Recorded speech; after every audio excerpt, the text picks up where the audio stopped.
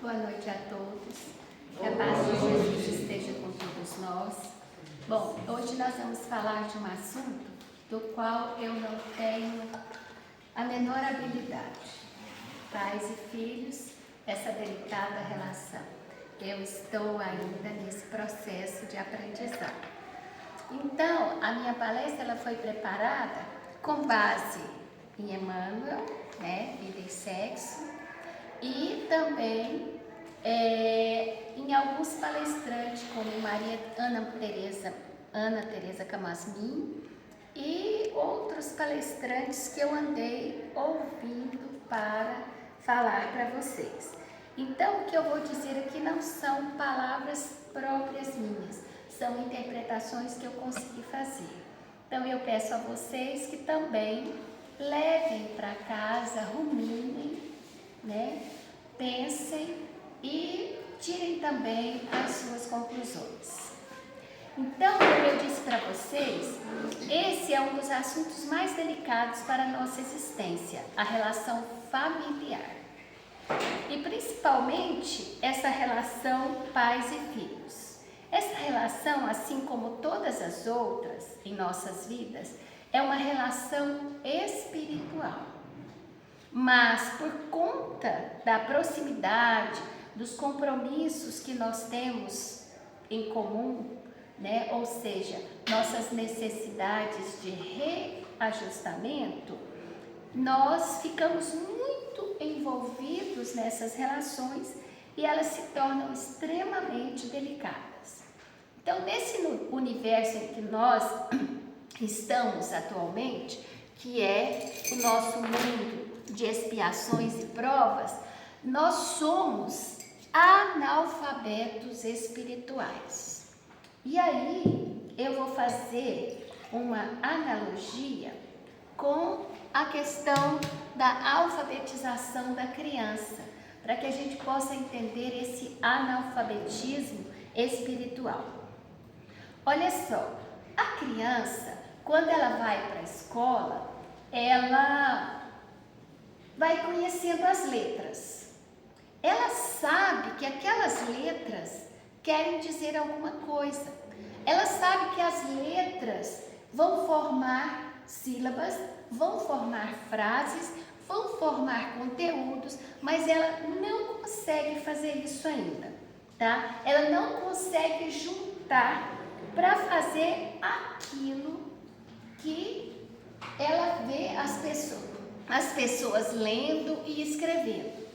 Então, mas há um momento no processo de alfabetização que quando a gente menos espera, e todos nós passamos por isso, eu passei por isso recentemente com o neto, na fase da primeira infância escolar, de repente ele começou a ler, ele passava e ia lendo. Então, um novo horizonte se descortina para aquelas crianças. E aí o mundo começa a ter conceitos e significados, certo? Então, a mesma coisa se dá conosco. Nós estudamos o Evangelho, estudamos as obras básicas, estudamos as obras complementares, assistimos palestras e frequentemente fazemos parte de grupos de estudos, mas parece que aqueles conteúdos não conseguem ter significado para nós, encaixar. E à medida que a gente vai vivenciando esses estudos, essa compreensão vai surgindo e de repente, do nada, nós começamos a ter esta compreensão que é o ensinamento de Jesus. Mas lembremos que nós estamos ainda nas primeiras letras dessa alfabetização espiritual.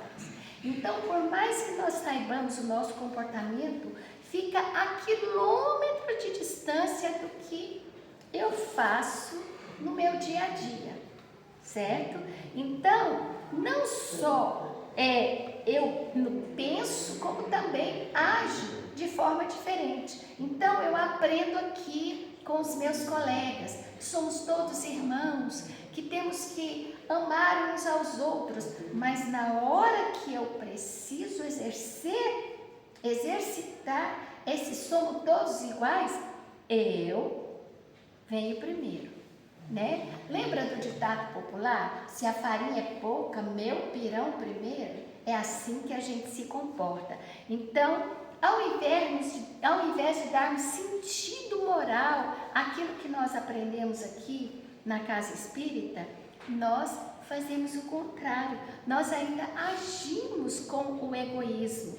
Nós não conseguimos olhar para o outro como merecedor, como eu, da igualdade de direitos, e isso tudo se torna utópico na hora que eu preciso me satisfazer.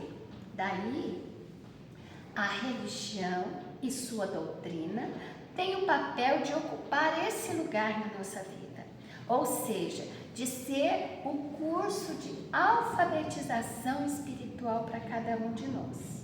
É por isso que nós frequentamos os templos religiosos, tá? Então, aqui no kardecismo, as obras básicas, o estudo, o passe, a relação fraterna, o trabalho social, é o processo, é o curso de alfabetização para eu tentar começar a fazer nesse momento agora que nós acreditamos estar vivendo essa transição espiritual de mundo de provas e expiações para a regeneração.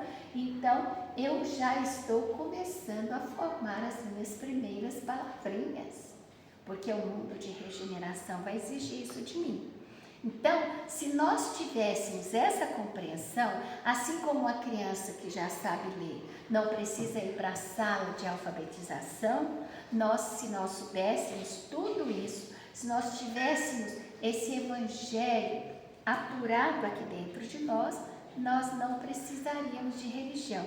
Então, a religião é esse lugar, é esse espaço, as instituições religiosas, as práticas religiosas, ou seja, tudo que a gente faz na nossa igreja, na nossa casa espírita, nos templos, é esse curso de amadurecimento espiritual. Há no Espiritismo uma riqueza de publicações teóricas sobre família, mas eu quero enfatizar que é completamente distinto conversarmos sobre família numa perspectiva espiritual e numa perspectiva técnica, ou seja, pedagógica, sociológica, antropológica, psicológica. Não que nós, e principalmente na nossa doutrina, que nós acreditamos que ela também, além de tudo, é uma filosofia, ou seja, uma postura moral também, filosófica, assim como também é uma ciência, onde nós procuramos juntar com os conhecimentos das ciências humanas e trabalharmos a nossa espiritualidade. Apesar de já havermos aprendido muito, ainda é muito superficial, pois na relação cotidiana com o filho é muito diferente da minha fala aqui com vocês. Então, uma coisa somos nós, na nossa relação com os nossos esposos, esposas, filhos, irmãos e etc. Claro que já somos capazes de um bom equilíbrio, mas ainda podemos escorregar muito nessas relações, porque família ainda é o assunto mais vulnerável para nós espíritos que vibramos nesta faixa, né, de provas e expiações. Em outras relações sociais, por exemplo, no trabalho, na igreja, na escola, na vizinhança, então vocês me veem aqui na casa espírita, que pessoa linda e maravilhosa. Pergunta, como diz a minha avó, quem come sal junto comigo, como é que eu sou? Não é? E assim cada um de nós, na nossa frequência de alfabetização espiritual. Então, na sua família começa no processo da encarnação.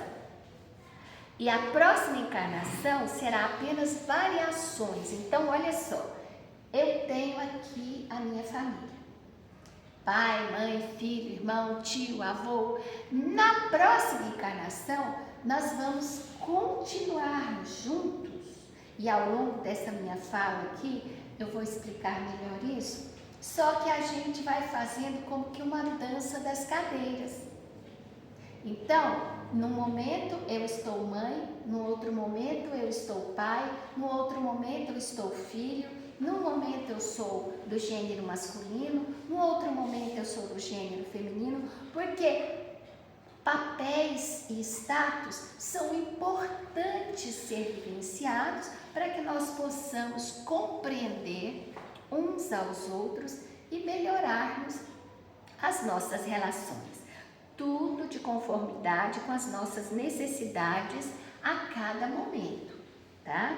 Então, na família onde temos as maiores chances, é na família de resgate e cura, mas também é o lugar onde mais dói, porque a gente aceita tudo do mundo lá fora, mas de alguém da família parece que, eu sofri uma punhalada.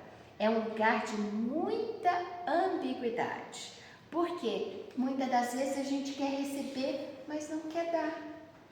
Embora seja o lugar onde mais sofremos, a família também é o lugar onde mais crescemos e amadurecemos espiritualmente. Não há como dizer, não quero viver nessa família. Tem filho que diz assim, eu não pedi para nascer. Lembra da leitura da nossa companheira Graça? O Emmanuel fala, a gente fala que não pediu, mas os filhos imploram. Aliás, nós vemos nas obras complementares, principalmente nas obras de André Luiz, muitos casos de espíritos que estão esperando o pai e a mãe aceitá-los para reencarnarem, né? Ou encontrar um pai ou uma mãe que aceite aquele espírito. Então, não existe, não quero mais essa família. Infelizmente, a coisa não funciona assim. Temos a família e vamos conviver com esses espíritos o quanto for necessário para o nosso amadurecimento espiritual. Para o Espiritismo, nos mundos de provas e expiações, a convivência em família é a oportunidade para 2 momentos simultâneos. E eu quero que vocês entendam isso. Emmanuel coloca isso para nós em Vida e Sexo. É o momento de unir o que está separado e de separar o que está adoecidamente junto. Prestem bem atenção nisso. Nascemos em um círculo, em um grupo de espíritos dos quais vamos estar juntos, embora não queiramos, tá? Estávamos afetivamente separados por dissensões, lesões, questões ligadas a desatinos e desvios de diversas naturezas. Então, às vezes, nós odiamos o nosso pai, odiamos a nossa mãe. Mas como que eu posso me comportar assim quando a gente tem um certo discernimento? Como é que pode eu detestar tanto, eu ter tanta dificuldade de lidar com o meu filho? Sangue do meu sangue, nasceu do meu ventre. Ou o pai diz, nasceu da minha carne, da minha gênese.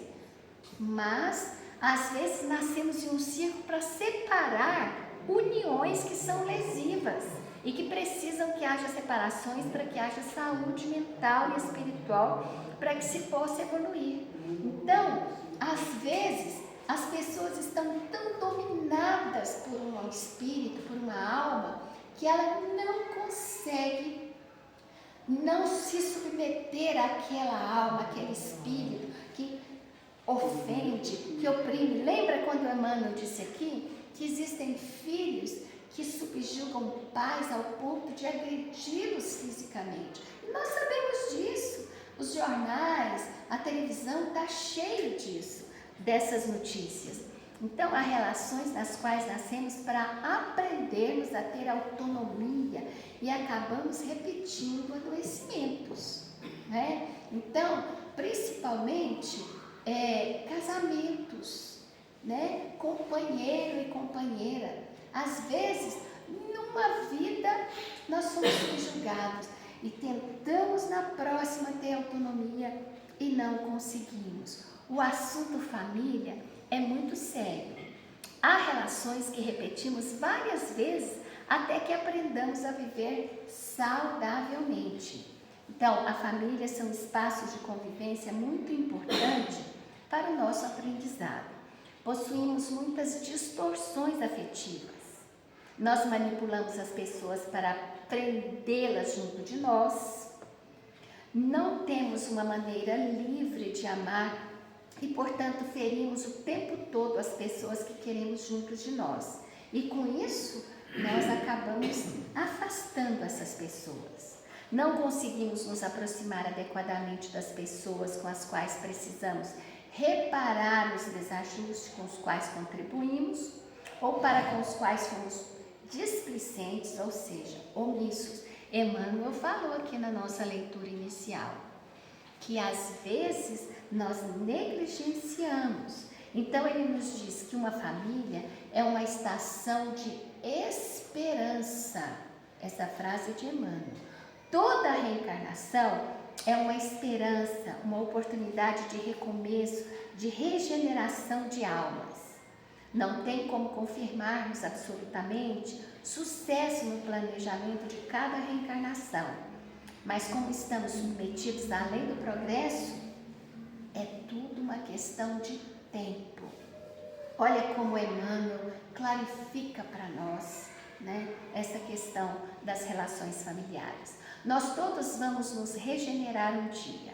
Nós todos iremos aprender a amar saudavelmente um dia. Um amor libertador. Não é isso que Jesus demonstrou para nós quando ele estava aqui, né? Quando o papel que Judas desempenhou. Judas queria que Jesus fosse um líder, mas o líder que Judas enxergava não era o que Jesus ia e realmente cumpriu, né, no seu processo encarnatório.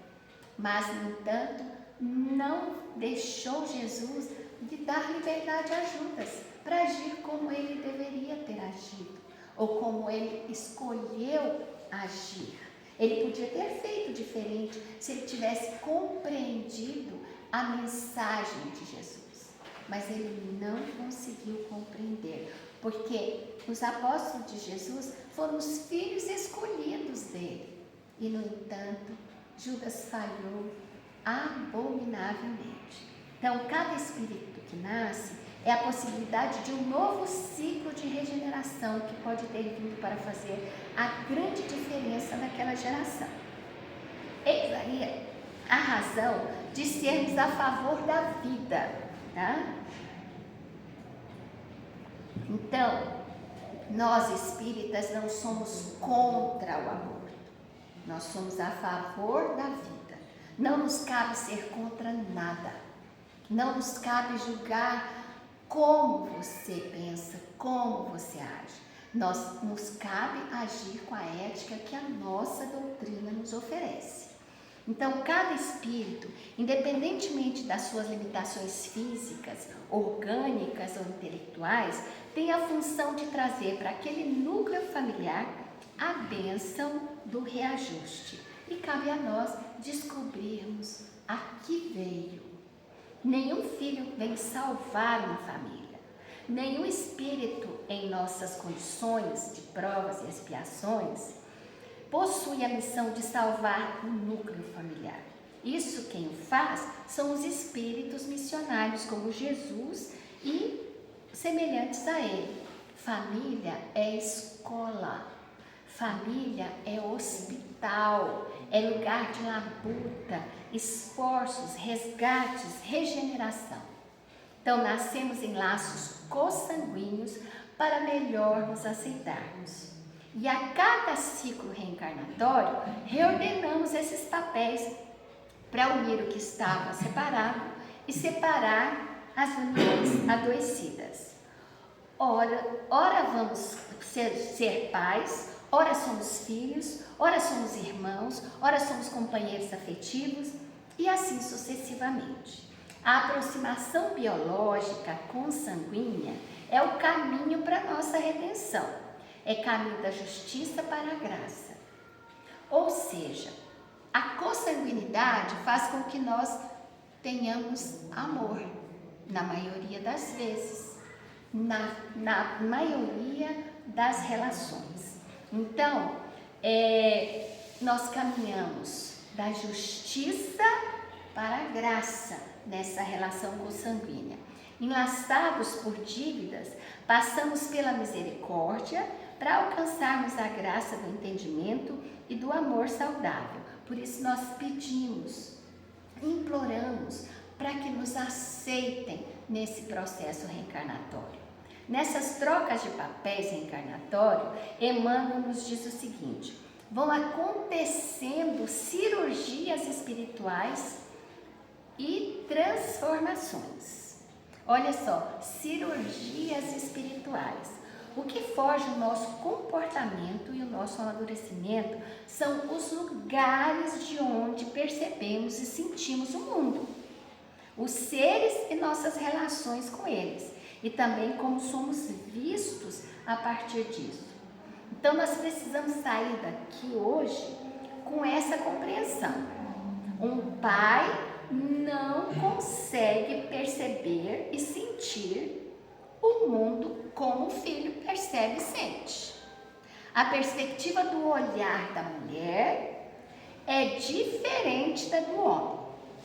Então, a forma e maturidade perceptível de uma criança é diferente de um adulto. Então, olha como é difícil, como é complicado, como é sutil ser pai e mãe. Kardec, no Livro dos Espíritos, fala que a gente tinha que fazer um curso igualzinho de medicina para poder constituir uma família. Ou seja, de profundo conhecimento de tudo, de dor, de físico, de espiritual, de tudo. Então, com essa perspectiva, sabendo que cada ser, na sua fase, no seu lugar, no seu espaço, na sua visão de mundo, tem a sua perspectiva de ação e de compreensão, compreendemos e nos educamos e educamos aqueles que estão conosco pelo nosso exemplo. Nós não formamos uma família, olha só, um homem e uma mulher, né? Ou 2 homens, 2 mulheres. Nós não formamos uma família pela consanguinidade, mas os filhos vai ser consanguíneos, porque pode acontecer, você pode fazer, hoje em dia a ciência dá a possibilidade de você fazer a fecundação, né? Então, quantos e quantos casais do mesmo sexo podem, por exemplo, 2 mulheres podem ter um filho gerado pela consanguinidade, né? Ou 2 rapazes podem escolher também ter o filho pela consanguinidade. Inclusive, eu não estou lembrando aqui o nome, quem conseguir lembrar, aquele rapaz que morreu de Covid, que era um humorista muito famoso, Paulo Gustavo. Olha só, ele pegou o gene do esposo dele, o dele, né? E fez a fecundação. Então eles têm 2 filhos, que é um do Paulo e outro do companheiro dele. A Cássia, ela tem uma filha, um filho, não me lembro agora, que é também, ela carregou no ventre a sua filha. Então, nós formamos uma família sem consanguinidade, mas os filhos vêm pela consanguinidade. E os casais héteros, isso é muito mais forte ainda. Por quê? Pai, mãe. Esse pai e essa mãe tem nada a ver um com o outro em termos consanguíneos, mas a geração dos filhos vai trazer a consanguinidade, que é a união para que haja o afeto maior do amor. Então, os filhos estabelecem essa consanguinidade. Os laços pais e filhos possuem uma dupla condição. Olha só, nós precisamos também levar isso hoje em mente. Eu aqui com vocês, nós somos todos irmãos, não somos? Essa é a nossa percepção. Nós somos irmãos em Cristo, porque Deus é o nosso Pai. Quando encarnados, temos laços fraternais. E se na família, por que isso também não pode ser estabelecido como consciência? Lá dentro, eu também tenho que entender que o meu filho é, antes de mais nada, meu irmão em Deus, o meu esposo, o meu irmão, e assim sucessivamente. Então, nós precisamos também estabelecer essa relação de fraternidade sempre para podermos lidar com as nossas próprias limitações, para que a gente possa, inclusive, se segurar nas nossas agressividades, nas nossas violências. Então, ao mesmo tempo, nessa consanguinidade, há uma hierarquia. Tem os que vêm antes e os que vêm depois. Nós precisamos compreender isso. Eu que vim antes é porque tenho algo para oferecer para quem veio depois. Tenho, estou tendo, estou me estabelecendo. Então eu preciso ter essa consciência que se eu vim antes dos meus filhos, eu preciso me preparar para ter algo para oferecer para eles. E na mesma medida eu preciso educar esse filho para que ele tenha essa consciência também, que ele precisa me respeitar como aquele que tem algo a lhe oferecer pela minha maturidade, pela minha luta nesse processo reencarnatório. Os que vieram depois precisam ter humildade de perceber que veio aprender algo com aqueles que vieram antes, pais, tios, avós, tá? Embora isso não tire deles o direito de também poder ensinar quando amadurecidos, mas no processo da infância, da imaturidade, esse jovem, essa criança precisa ser educado para viver nessa hierarquia familiar. Precisamos ter a maturidade de exercermos um lugar de autoridade enquanto pai e mãe, sem sermos autoritários. Há uma diferença muito grande entre uma autoridade moral e um autoritarismo. Então, os pais precisam ser autoridades morais. Então, como pai e mãe, eu preciso oferecer condições de autonomia, mas isso não significa abandono. O Emmanuel falou aqui na nossa leitura, tá? Essas medidas corretas essas medidas corretas somente a experiência carnal nos proporciona, ou seja, saber como lidar como pai, como mãe, saber como é o processo reencarnatório, o amadurecimento das reencarnações é que vai nos oferecer. É no processo de convivência que vai surgir esse amadurecimento. O Divaldo Pereira Franco tem um livro chamado Vivência em Família. Na página 333, temos a explicação da qual que é a tarefa dos pais. Então, o Divaldo traz para nós. Os pais precisam contribuir com a autorrealização dos filhos, para que eles possam buscar o seu lugar no mundo, mediante a conquista de metas existenciais genuínas. Gente, contribuir com a autorrealização dos filhos, não é fazer por eles, não. Contribuir para que eles ocupem seu lugar no mundo. Então, nós pais devemos dar condições para que os filhos tenham autonomia, força, coragem, para que com seu próprio esforço encontrem seu lugar de cidadão no mundo.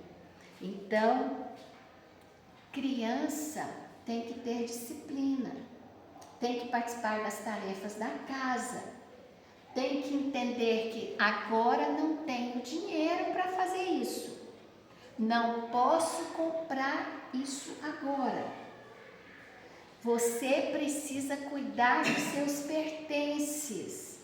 Então, é devagarzinho que a gente vai fazendo isso. E com isso a criança também fica autônoma. Se ela guarda sua roupinha na gaveta, se ela guarda seu sapatinho no lugar, se ela já consegue lavar seu prato e seu talher, tudo isso vai dando para ela educação, civilidade e autonomia. O difícil é compreendermos e suportarmos os caminhos próprios e singulares daquele espírito que está, meu filho, temporariamente aqui nessa encarnação, tá? Lembram que eu falei para vocês numa palestra anterior que a minha história espiritual não é a mesma de nenhum de vocês? Nós, às vezes, às vezes tenho hoje 67 anos, mas o meu espírito é milenar, não é? Tenho séculos e séculos e séculos de vida espiritual. Mas, na anterior, eu posso ter sido mãe da minha mãe, avó do meu pai e assim por diante.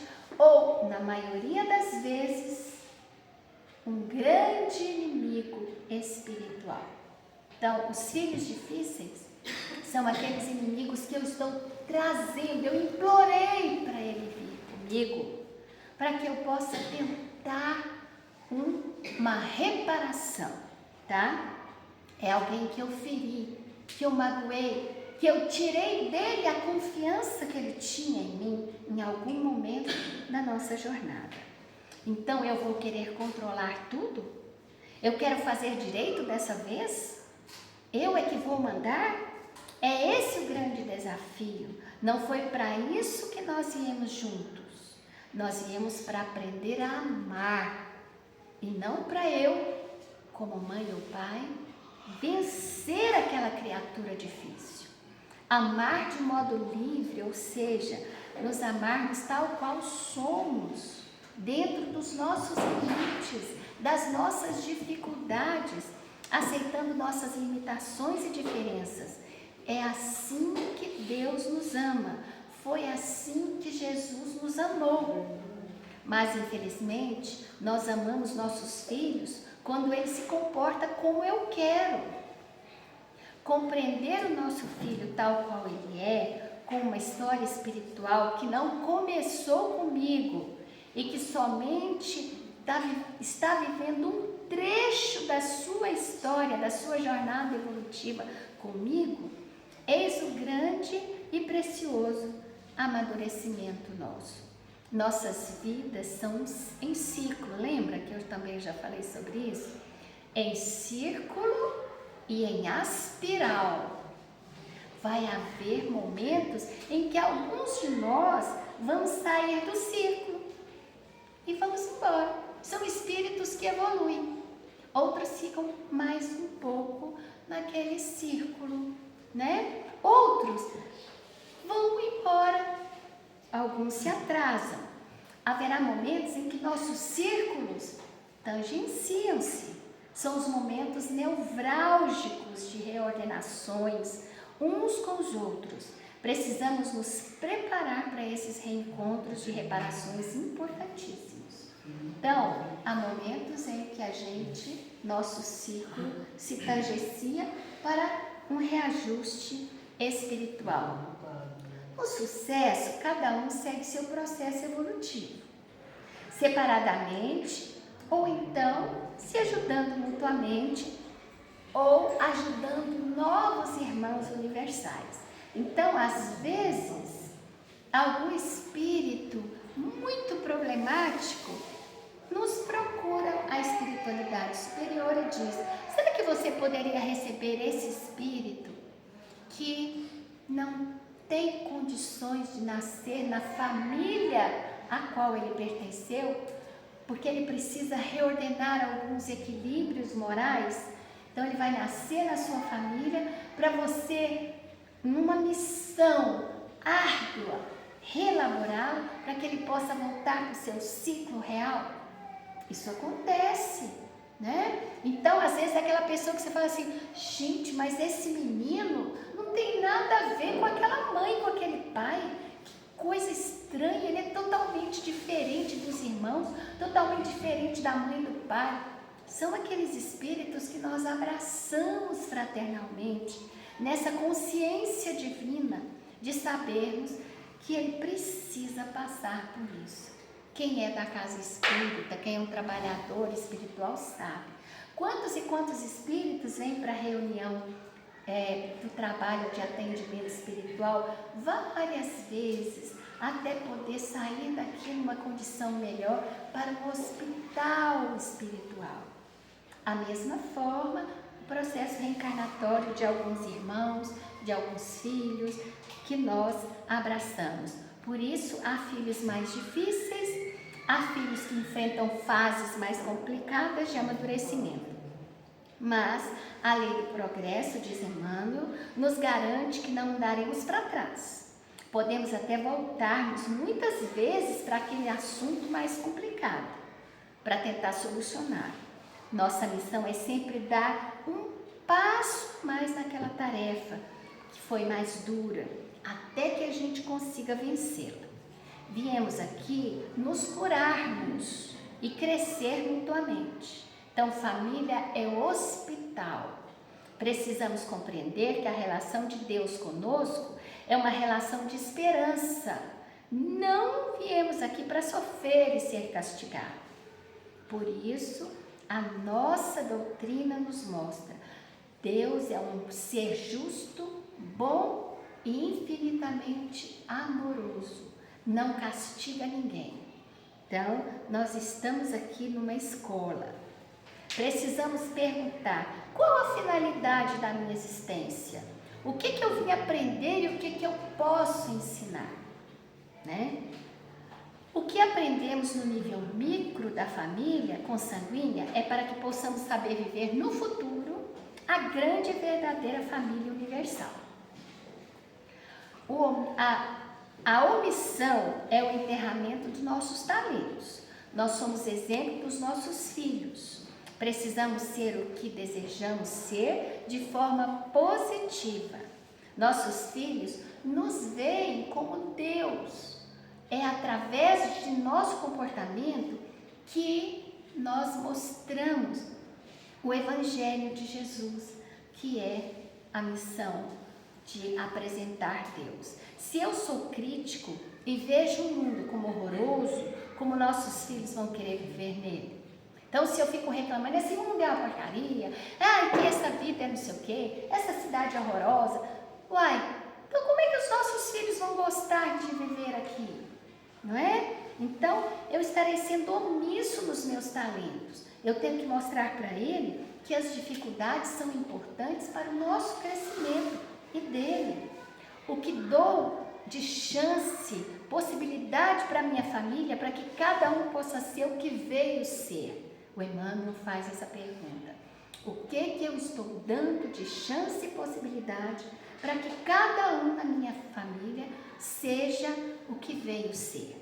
Ninguém veio para ser igual a ninguém. Então eu não posso comparar: seu irmão é assim, por que você é desse jeito? Ora, são espíritos individuais. O irmão é um espírito, ele é outro espírito. Cada um é um espírito diferente, com histórias diferentes, para aprender e ensinar juntos. Nós nem somos os mesmos pais e nem mesmas mães a cada filho que nasce.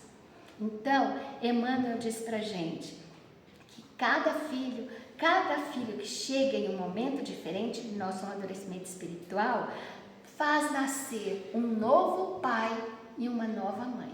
E quem é pai e mãe aqui sabe disso. Aí as pessoas dizem: você trata fulano diferente de ciclano. Claro, o fulano chegou no meu amadurecimento diferente. Então, ele tem uma outra Leila, um outro Ademar, uma outra Graça, um outro João, um outro todos nós. Cada um é um pai e uma mãe para cada filho. Cada filho é um espírito em processo de amadurecimento e não para que eu controle. Mas é preciso crescer e amadurecer para que nós possamos exercer esse papel de pai e mãe. mas eu preciso estar nesse lugar. Rossandro Klinger fala para nós que é muito complicado. Tem mãe que quer ser filha ou filho, ou quer ser igual à filha, como se fosse uma irmã, vestir as mesmas roupas, ter os mesmos comportamentos, frequentar os mesmos lugares. Não, eu preciso amadurecer. A minha filha precisa de exemplo, o meu filho precisa de exemplo.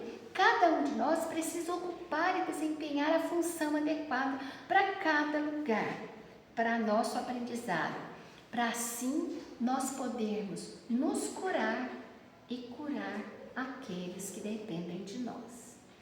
Eu espero ter passado para vocês aquilo que eu aprendi. Muita paz.